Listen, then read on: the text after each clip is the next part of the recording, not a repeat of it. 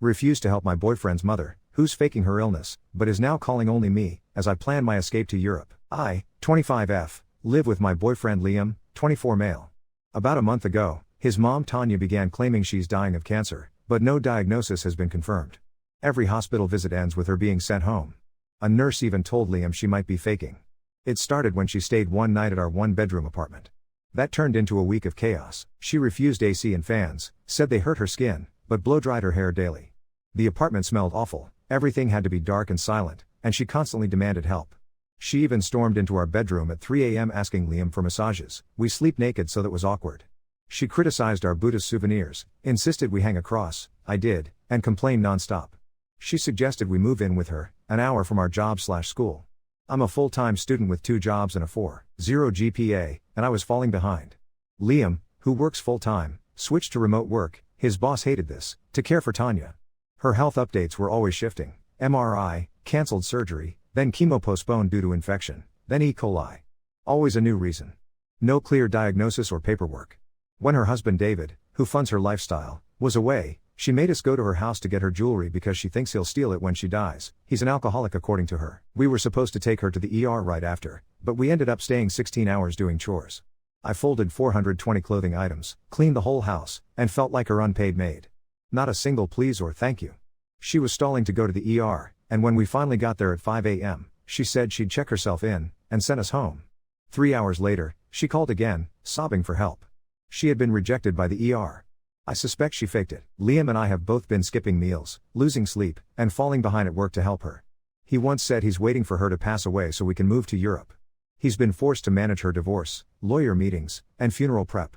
Meanwhile, David, who's paying the hospital bills and had been kept in the dark about all this, sent Liam aggressive texts like I call bullshit and don't show up at my house no more, then later apologized.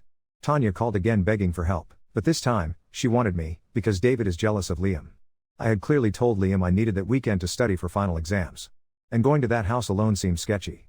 Now, I'm planning a 2-3-week Europe trip to see my mom, whom I haven't seen in over a year. Liam says he supports it but called it a little selfish. He's asked, if I were dying, would you quit your job to be with me? And if it were your mom, would you help her? I felt pressured to say yes, but truth is, my family wouldn't lie to me or use me like this. I love Liam and want to be there for him. But I don't trust his mom, and this is starting to affect our relationship. Update 1. So I'm starting to gather more info and will post an update at some point, but it's possible that she didn't get rejected but rather they gave her pain meds and sent her home. I'm finding out that she got her MRI and cancer diagnosis done at one hospital, and then went to another one for her E. coli. The second hospital gave her antibiotics and then discharged her, and now we are all waiting for a call from the first hospital to reschedule chemo. But they haven't called her or Liam yet. It's been about a week. We also can't call them because Liam doesn't know which hospital it was and his mom is not capable of telling him. When she calls him, she just cries out in pain and begs for help, and says she can't read the labels of her meds. Liam tries to help remotely, but she wants him there and hangs up when he refuses. The issue, apparently, is that the first hospital, where she got her cancer diagnosis and scans, is refusing to take her because they don't think it's serious, even though she says she is in major pain and has been diagnosed with enlarged lymph nodes. Still gathering info, we'll update soon. Yes, so I asked him last night because I said with everything going on it really might be a good idea to at least try therapy. He said no and I asked him to explain why not. He said therapists don't work. I asked how he'd know if he's never been. He said his friends have. Then I told him that I have been to therapy and it has helped a little. He started challenging it and asked how or why it helped, and I told him that the doctor gave some good advice here and there and that just by talking to a neutral party helped me understand my situation. Liam then said something along the lines of, why would I pay a guy $25 an hour if I can talk to you? Isn't that what a partner is for? I told him I might not have the professional experience and resources to help him. He said he doesn't need resources, he just needs me to listen and be there. And then, since we were talking about me leaving for Europe, he started saying that, maybe I should go to therapy because my girlfriend is leaving. I thought that was unfair to say because I assured him that I'd still be here for him and listen even if I'm overseas for a few weeks, but he simply said no. Update 2. I wish I could give you a hug through the screen. Something about your message felt so comforting, even though it's overall a warning that reaffirms my fears and concerns. Thank you so much for taking the time to write all that. I really appreciate your input, and the way in which you gave it. I have decided to go on my trip and will book the flights tomorrow after talking to my boss. I will have to be transparent with him about all this, as I do not like lying to anyone, in any situation, unless absolutely necessary. I'm sure he'll be okay with me working remotely, or even taking off, for a few weeks. It's just a work study on campus after all, and he's a nice guy. I will be sure to secure all my valuables, like visa documents, credit cards, and sentimental objects such as journals. We'll leave them with a friend that Liam doesn't know at all. I will also change passwords for certain accounts. I've been thinking about all these things you've advised for the past couple of days as my trust has broken more and more. It's not that I expect the worst, but I do want to be cautious, especially since Liam's behavior has been a little unpredictable lately. Also, to your last point about contraception, this might be TMI, I actually thought about that yesterday when we had intercourse. I never worried about that before, that he could possibly, purposefully tinker with our protection, but in that moment, I got uncomfortable. I'm usually 100% comfortable doing it with him, but I felt a lack of trust that I hadn't before, and I got a bit sad about that. So, just trying to say I'll be careful there too.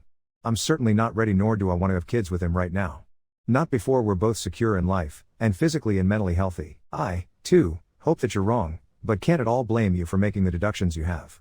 I see it too, in some ways, whether I want to or not, and we'll have to find a way to deal with this after I'm back from Europe. Thank you again for your long message, and for showing concern and care towards someone online whom you don't personally know. You have a kind heart. Update 3. A lot has happened since my last post. I did take your guys' advice and went to Europe to see my family for 3 weeks. Liam called me incredibly selfish, finding countless reasons for me to stay. I stood my ground and had a serious talk with him about feeling manipulated and guilt-tripped. That escalated into a meltdown, threats like I'll book your ticket RN. I can and will. I can break up if I want to, then driving off and breaking down sobbing like never before. He said he doesn't mean to manipulate me, that it hurts to hear me say I feel manipulated when all he's asking is for me to be there for him. I don't excuse his behavior, but if my mom was sick, I'd want his comfort too, so I understood his need for support. He calmed, apologized, and has been affectionate since. He ended up supporting my decision to leave, and said how happy he was for me while I was with my family. I felt great over there, cherishing every moment, didn't miss America at all. Liam seemed okay while I was gone and picked me up from the airport with a welcome home cake, which was sweet. We had a talk about the whole mom situation, and he kindly asked me to be more supportive of coming to the hospital with him. I agreed. Tanya was very dependent on Liam for weeks, calling him over day and night, guilt-tripping him nonstop. Eventually, he refused to help her anymore.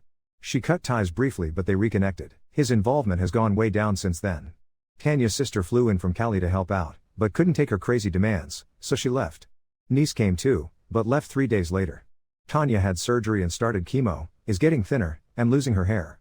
She has another surgery scheduled for mid-October to get a mass removed, and a nurse at the hospital did say to Liam, while I was there to witness it, "I'm glad you're visiting your mom, cancer can be so tough, I don't think Tanya is faking anymore." Yada for being unsupportive. Despite believing Tanya, I haven't been involved at all since returning from Europe. I'm better at standing my ground now and defending myself when I feel manipulated by them. I learned how to say no.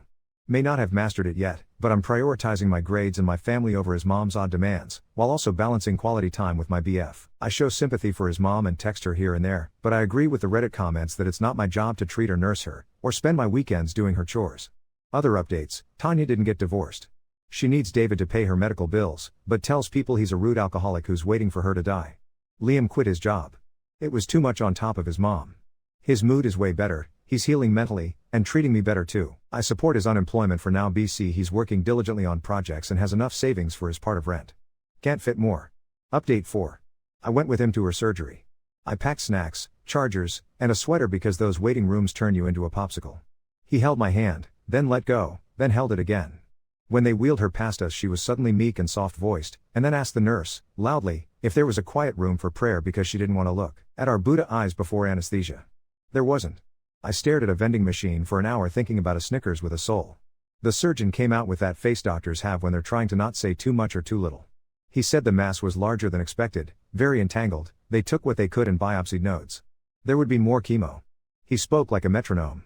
Liam nodded too fast and I watched his knee bounce so hard the chair shook. When we finally got to recovery, she was groggy and whispering 10, 11, 12 when they asked pain levels. Every time the nurse said they'd given her the max allotted for the hour she'd pull her mask down and say, "I am dying, for God's sake." It wasn't fake. It was so real I felt like I had steel wool in my throat. She was discharged a few days later with a list of meds and rules. We stopped by her house to drop her off. David was there, sober, in a too clean polo, trying so hard to appear normal it made my teeth itch. He had rearranged the living room so the recliner faced the TV and put a bell on the end table. It would have been sweet if she wasn't ringing it like a queen summoning peasants while we were standing 3 feet away. He and I ended up in the kitchen alone. He whispered that he'd hired a home health aide to start that week. He looked relieved when I said I was glad. He also said something that sat with me: "She's going to make this your problem if you let her." Don't. The home health aide lasted 2 days. Tanya called her incompetent because her scrub top smelled like laundry detergent and burned the air. She called us to come take over. I told her, calmly, that she needed to work with the people the hospital arranged. She hung up. Then she texted me, "If you loved my son, you would be here." Then, "I see what you're doing to him." It stung in that place inside where old guilt lives. I put my phone face down and didn't move it for an hour. I told Liam later. He didn't defend her. He said, "She's scared," but shook his head and didn't call back. A week later, a social worker from the hospital called. Tanya had listed me as her caregiver contact and they wanted to schedule a care conference. I told them I'm not her caregiver and gave them David's number and Liam's. The social worker sounded relieved. "Actually," she said, "thank you for clarifying," and then asked if we needed resources for boundaries. I almost laughed, but it came out more like a sigh. Chemo started again. The second infusion was rough. She puked between sobs and asked for Liam's hand to be on her forehead because it's the only thing that helps. He asked me if I could come to the next one just to sit with him. I did. I sat in the weird vinyl chair beside him while the fourth machine beeped. The nurse recognized us and brought us ginger snaps. Tanya started chatting with the woman across from her about alternative therapy and a clinic in Mexico that cures cancer without poison, and I watched Liam's mouth go tight. On the way home he said she'd asked him to wire $5,000 for a deposit. He told her no. Later she texted him a link to hyperbaric oxygen sessions locally and asked him to sell his PS5 for your mother's life. He didn't. He told me that, then apologized for even considering it. 2 nights ago, she showed up at our building unannounced with a small suitcase and a blanket, hair in a scarf, pale and triumphant, like she'd just walked out of a movie where the heroine runs away from the institution. She buzzed and buzzed until our lobby sounded like an arcade. Liam answered the intercom and said, "Mom, you can't stay here," and she burst into tears so loud through the speaker that our neighbor across the hall opened his door. I was in socks and a t-shirt. I looked at him. He looked at me. He went back inside. We went downstairs. She was sitting on her suitcase.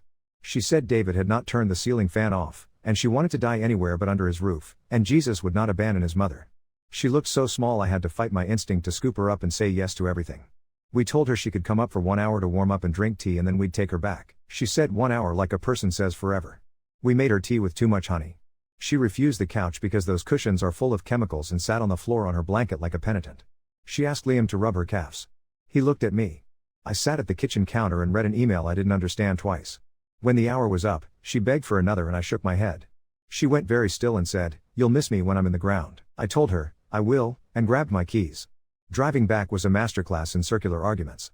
She cried, then accused, then quieted, then made jokes about her own funeral flowers, then cried again. When we got there, David was waiting outside. He opened the door and didn't say a word to me. He hugged his wife, his arms awkward around her blanket.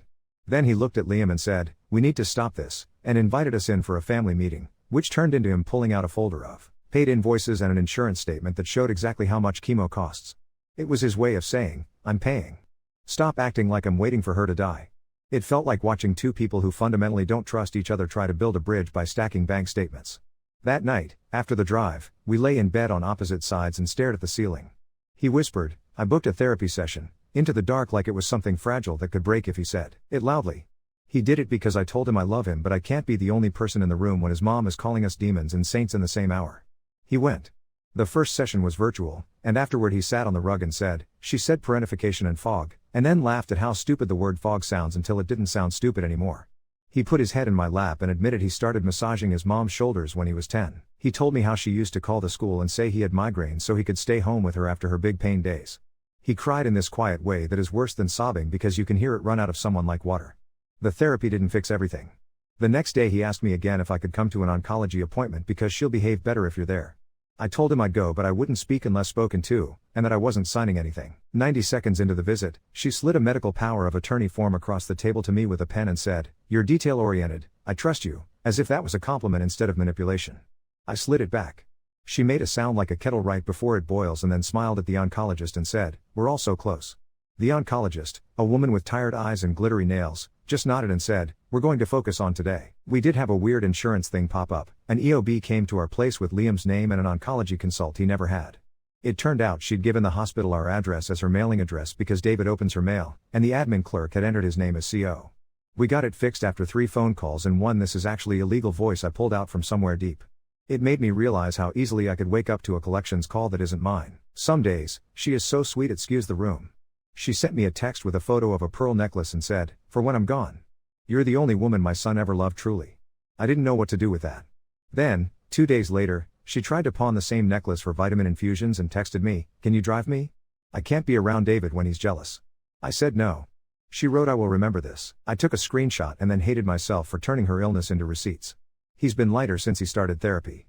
He still answers when she calls, but not every time, and when he answers he sometimes says, "Mom, I can't be there right now," and she hangs up, and he lets the silence be. He started cooking again, nothing wild, just pasta with chili flakes and too much parmesan, but the house smelled like food instead of fear. He also started talking about Europe again, but not with the weirdness of when she dies. He said, "Maybe we go for a month in spring. Mom will have a rhythm by then, David has the AIDS, and I can fly back if I need to." It sounded almost healthy. I told him I'm applying to a study abroad program for next summer. He didn't flinch. The hospital called last week about discharging her to a skilled nursing facility after she tested positive for C. diff from all the antibiotics. We were relieved, built-in help, professional care, but she refused. She said she wasn't going to a prison for old people. She threatened to check herself out AMA, and the social worker called us again, and I repeated, slowly, that our apartment is not a safe discharge destination. They put it in her chart. They actually wrote patient's son and girlfriend cannot house patient so that if she shows up again the nurses can say, "We know." I'm not a saint in this. I'm not even particularly nice some days. A few nights ago she called me instead of him, again, after he didn't pick up, and whispered, "I can't breathe," in a way that felt like fishing and drowning at once. I told her to call 911. She said, "I want you," and I said, "I'm not a doctor," and listened to her hiccup cry until I couldn't, and hung up and then cried in the bathroom so he wouldn't see. The next morning she texted me a photo of her hospital bracelet with a thumbs up emoji. 2 hours later she texted a grocery list. We're okay, somehow. There is still chaos. There is still the intercom at midnight and her voice through the speaker like a storm on a tin roof. There are still papers being slid toward me with pens attached.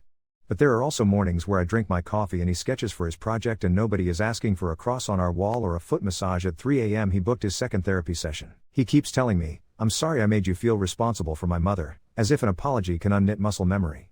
Maybe it can loosen it. And then tonight, because this all feels like it comes in loops, the buzzer went off again. She'd called earlier to say they were finally scheduling the second surgery, and we'd braced ourselves. The buzzer went off and I looked at the camera screen. It wasn't her. It was the home health aide we met the first week, the one she fired over detergent. She was holding a paper bag and a set of keys. She asked me to drop off a few things, the aide said when we went downstairs. She handed me the bag and whispered, "Please check what's inside now." Inside were 2 pill bottles and an envelope with Liam's name on it. Inside the envelope were copies of documents with Liam listed as her emergency contact, and a sticky note in her unmistakable handwriting. "If I die, please don't fight David. He knows where I keep everything. Be kind." I don't know if that was her being manipulative or merciful. Maybe both. I put the pill bottles on the top shelf and the letter in his desk. He read it quietly and didn't say anything for a long time. Then he said, "I don't want to live like I'm waiting for something horrible or something wonderful. I just want to live," and he went to do the dishes like a person who just remembered how to move. She's scheduled for the next surgery in a week and a half. The oncology nurse told us very gently that the plan is to keep her inpatient longer this time and rehab will be non-negotiable. I'm bracing again. But I'm also booking my spring classes, and I have a flight tab open in another window, and I hid my passport from myself in a place I'll forget and then inevitably panic about. It's a weird kind of ordinary. It feels like the space between a heartbeat and the next one. Update 5. The second surgery happened on a Wednesday that smelled like disinfectant and wet wool because it was raining and everyone tracked the hospital into itself. The pre-op nurse with the glittery nails was there again and remembered us, which made me feel both seen and like we spend too much time in fluorescent lighting. Tanya was softer this time and also sharper. She asked if the anesthesiologist had the good stuff and then, in the same breath, asked if there was a chaplain who could pray the demons off the equipment. She didn't look at me when she said demons. She asked if I'd hold her rosary for her so it doesn't get contaminated. I held it, and it was warm from her hand and smelled faintly like vanilla lotion. The surgeon explained it in that calm, weatherman way again, but with more caution. More entanglement than expected last time, some questionable margins. We're going to try for a more aggressive resection and we'll keep her inpatient longer for pain control and infection risk. He said infection risk like a phrase he'd said 1,000 times, but every time it landed like a new word in my stomach. Liam nodded and then rubbed both hands down his face like erasing himself and starting over.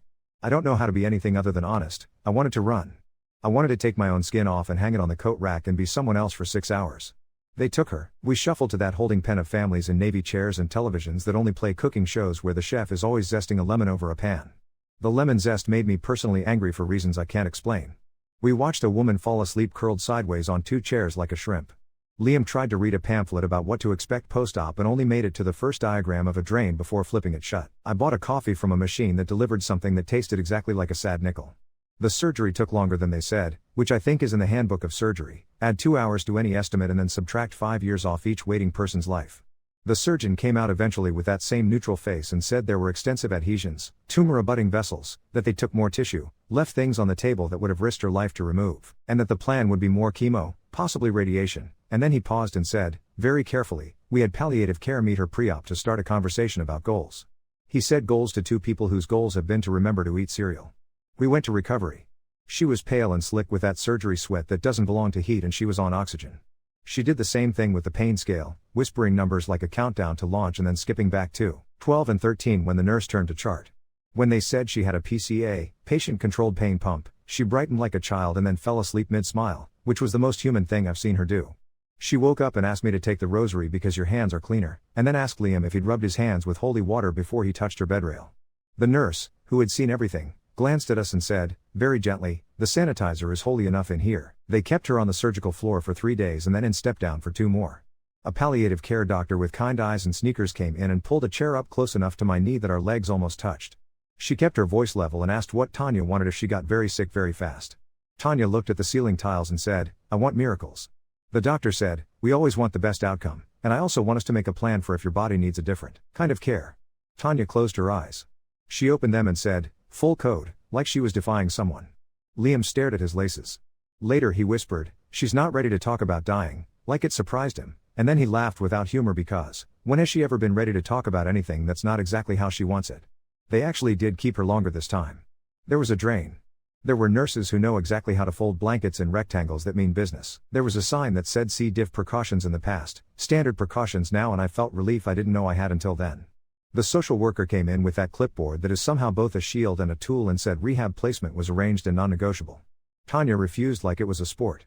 She tried tears, then prayer, then money, then accusing the social worker of making my family abandon me, then she pivoted and told the social worker she was like a daughter, which I swear is her most dangerous weapon. The social worker did not flinch. She said I hear you perfectly. I wanted a certificate and I hear you and to hang it above our thermostat. David showed up in a button-down I've never seen him wear and sat so still on the hospital chair that he looked like a doll for a second. He didn't try to talk over anyone. He handed the social worker a folder. I recognized it, the same folder with invoices and insurance statements. He said, we'll take her to rehab, and he sounded like a person who had practiced that sentence at home and gotten it right. He didn't look at me. He looked at Liam, and there was something like respect there, and also a lot of old fights. She went. An ambulance transfer, 2 EMTs with forearms like tree trunks, the nurse's report handed off in that sped-up language that only they understand and ends with questions. And nobody ever asks any because the questions will take all day and the answers are we'll see. I followed in our car because Liam asked me to and because I've become a person who knows 3 back routes to avoid afternoon traffic to the rehab facility by the river. Rehab was a beige place where the oxygen tubing looks indistinguishable from the phone cords. Her roommate was a quiet woman who read library books and coughed like a saw. Tanya called the window a draft and insisted we stuff washcloths in the crack between the frame and the glass. I handed her a blanket and the nurse handed me tape.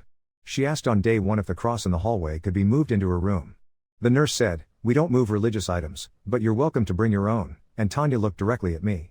I said nothing. Liam squeezed my hand under her sheet like he was bracing the bed and not me.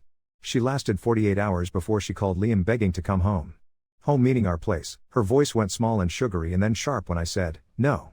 Your rehab is where you get better and where the nurses are. She cried and said, I thought you loved me, and hung up.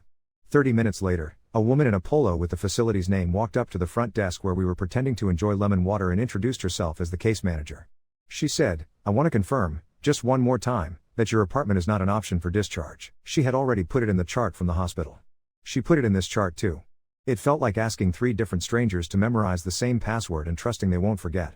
That night, she called David instead and he said, in a voice I've never heard from him, you're staying, T. I can't do this alone anymore. She said, God will give you strength, and he said, he's going to have to give me boundaries, and then he hung up on his wife, which I'm pretty sure is the first time he's done that in 30 years. He came to our place the next night by himself and asked if he could sit. He sat and put his face in his hands for a long time and didn't cry, but you could see the cry on him like a shadow. He said, she told the priest we don't feed her, and then he looked at our full sink in the pan with pasta sauce and he laughed like a bark. He said, I called my sponsor this morning, with the kind of pride that sounds like shame if you don't know the difference. He stayed 10 minutes. He left his car keys on our counter and had to knock again sheepishly to get them. When I handed them back, our fingers touched and we both flinched like we were caught stealing.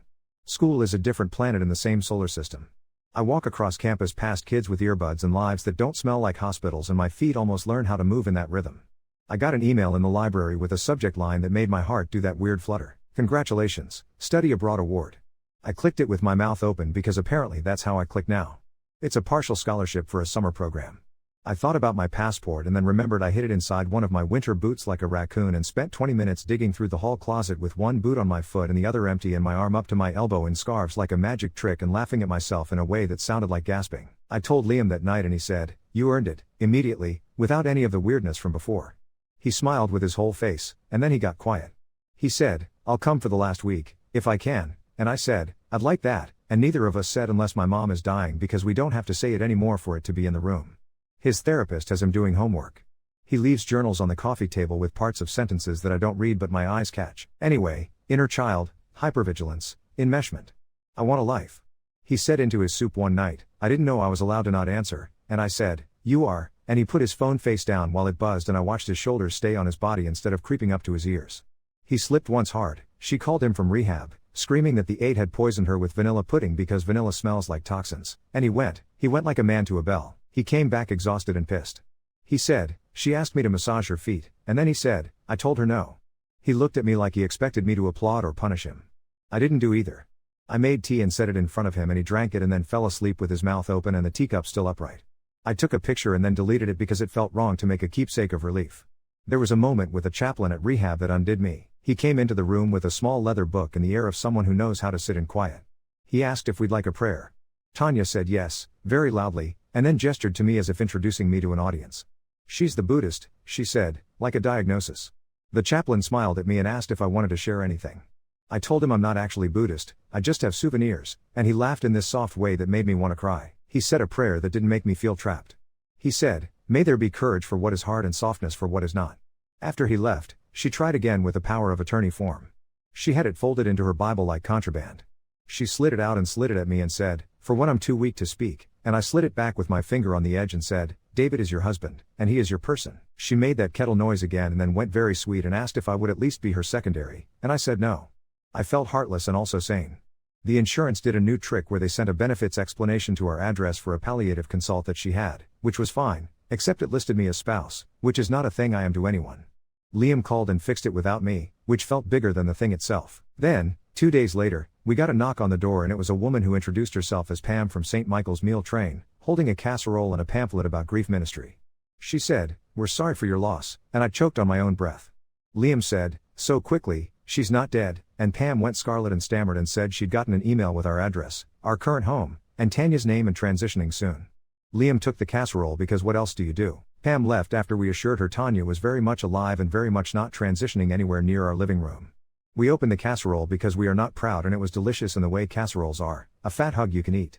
I texted the rehab case manager that our address is off limits for everything and anything and she wrote back, on it, with the speed of someone who has a keyboard tattooed on her fingers. Later, Tanya texted me, "Did you like Pam's lasagna?" With a winky face and I had to take a walk around the block until my heart stopped hammering out the beat of a bad song. Pathology came back. This was one of those moments that is a before and an after. The oncologist with the glitter nails sat on the edge of the chair like she hated perching and said the words metastatic involvement and non-curative intent, and then watched our faces closely, like she was listening with her eyes. She talked about time in terms of bell curves instead of calendars. She said, "We treat. We aim for quality and length, in that order," and I felt my throat close around the word quality because it's my favorite word and my least favorite now. Tanya stared at the trash can and said, "God is bigger than prognoses," and the oncologist nodded because arguing with that is pointless and also because it might be true in the way love is a kind of God. After, in the elevator, Liam put his forehead against the metal wall and said, "I am so tired," in a voice that isn't dramatic, just accurate. He is still going to therapy. He is different in the way you can only perceive if you've brushed up against him 100 times a day. He pauses. He says, "I'll call you after dinner," to his mother and then actually does, and if she doesn't pick up because she's busy telling an aide the window is breathing on her, he doesn't spiral. We took a day for ourselves. We left our phones on airplane mode and drove to the ocean even though it's cold and sat on a bench and watched a woman try to keep a kite in the air and fail 10 times and in love 10 times more with that kite each time. We ate bad fried dough and sugar stuck to the corners of his mouth and I kissed it off like we were teenagers, and when we turned our phones back on there were 14 missed calls and 2 texts that said, "I guess you have other priorities," and he looked at me, and he didn't apologize. That felt like a tiny rebellion that loomed large. The weirdest thing that happened all week was a man with a blazer too small for his shoulders showing up at rehab and introducing himself as a medical advocate who helps families get off poison, i.e., chemo, and get into oxygen and ozone therapies. He said the words Mexico Clinic and testimonials, and I watched Liam's jaw move side to side like he was chewing something he didn't want to swallow and then spit it out. He said, "Please leave," to the man. The man said, "Your mother wants this," and Liam said, "I'm not debating the ethics of snake oil in a semicircle of wheelchairs," and then a nurse came over like a bouncer at a very polite bar and escorted the man out. Tanya cried and said we were closing doors that God was opening. Liam cried later in our shower where he thought I couldn't hear. She is still herself in there, which is maybe the hardest part. She asked me to contour her face with bronzer before David visited because she wanted cheekbones like a movie star, and then told me I was doing it wrong and took the brush out of my hand. She cried because the hospital gown was blue instead of green, then pressed my hand to her heart and told me I was the only one who understands, then told a nurse I'd left her alone for hours when I had been in the bathroom brushing my teeth. All of those things can be true at once in her world. I'm learning to step in and out like it's weather. There was a fire drill at rehab that sent every frail person into the hallway in socks. Tanya had a small meltdown because the alarm was an attack on her nervous system, and the aide she'd fired weeks ago but apparently makes substitute appearances was the one who folded her blanket around her shoulders and said, "I know, sweetheart, I know." And I watched Tanya go still because somebody mothered her better than she expected. When it was over, the aide pulled me aside and said, not unkindly, "She is going to be exactly like this until the end. You can love her and also not let her eat you." Then she offered me a pack of peanut butter crackers and I took them because I was shaking and only realized after that my hand smelled like soap and latex. We had one 2 a.m. buzzer this week. It was David this time, not Tanya. He'd come from rehab because she had told him to bring her good robe, and he wanted to ride the subway home with company because the city feels like too much at night. He looked smaller. He said she'd finally agreed to sign a DNR under certain conditions, no breathing tubes, but shocks were on the table, which is not medically clean but is emotionally perfect for who she is. He said the hospice word and then swallowed it. He said, "Not yet," and I nodded and we stood in our lobby that smells like cooked onions and floor cleaner and it felt like two people waiting for a storm that is on the radar but not at our address yet. I'm not sure this update has a neat arc. Life lately feels like one of those hospital curtains you can pull around a bed, useful and also always a little open at the edge. The next oncology appointment is on Monday. The surgeon wants the drains out if they can be. The case manager has her binder open with a pen that clicks and her calendar with blocks reserved. Liam made an appointment to tour a co-working space because he says he can't work at home without imagining alarms going off, and he wants to remember what ambition feels like without the word escape attached. I start my spring classes in 2 weeks. I looked at flights again and almost bought one and didn't, because my hand shook in a way that made me think, not yet, not tonight. And then tonight, because of course, she called and said, they lost my rosary, and I said, I have it, because I do. It's in the drawer with the batteries and the tape and the scissors, the drawer where we put anything we don't know what to do with yet. She said, will you bring it? And I said, tomorrow, and she sighed like I'd done her a great kindness.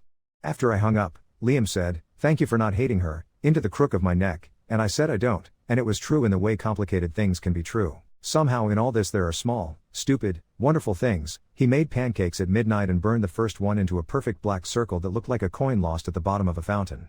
A kid on campus wore a caterpillar coat and I laughed out loud alone. The cat that isn't ours sunbathed on our sill for an hour and blinked at me slow like she was counting. This is the space we're in, between, above, around. It isn't dramatic every second. It is the slow motion of a life that's happening even while a louder life is also happening.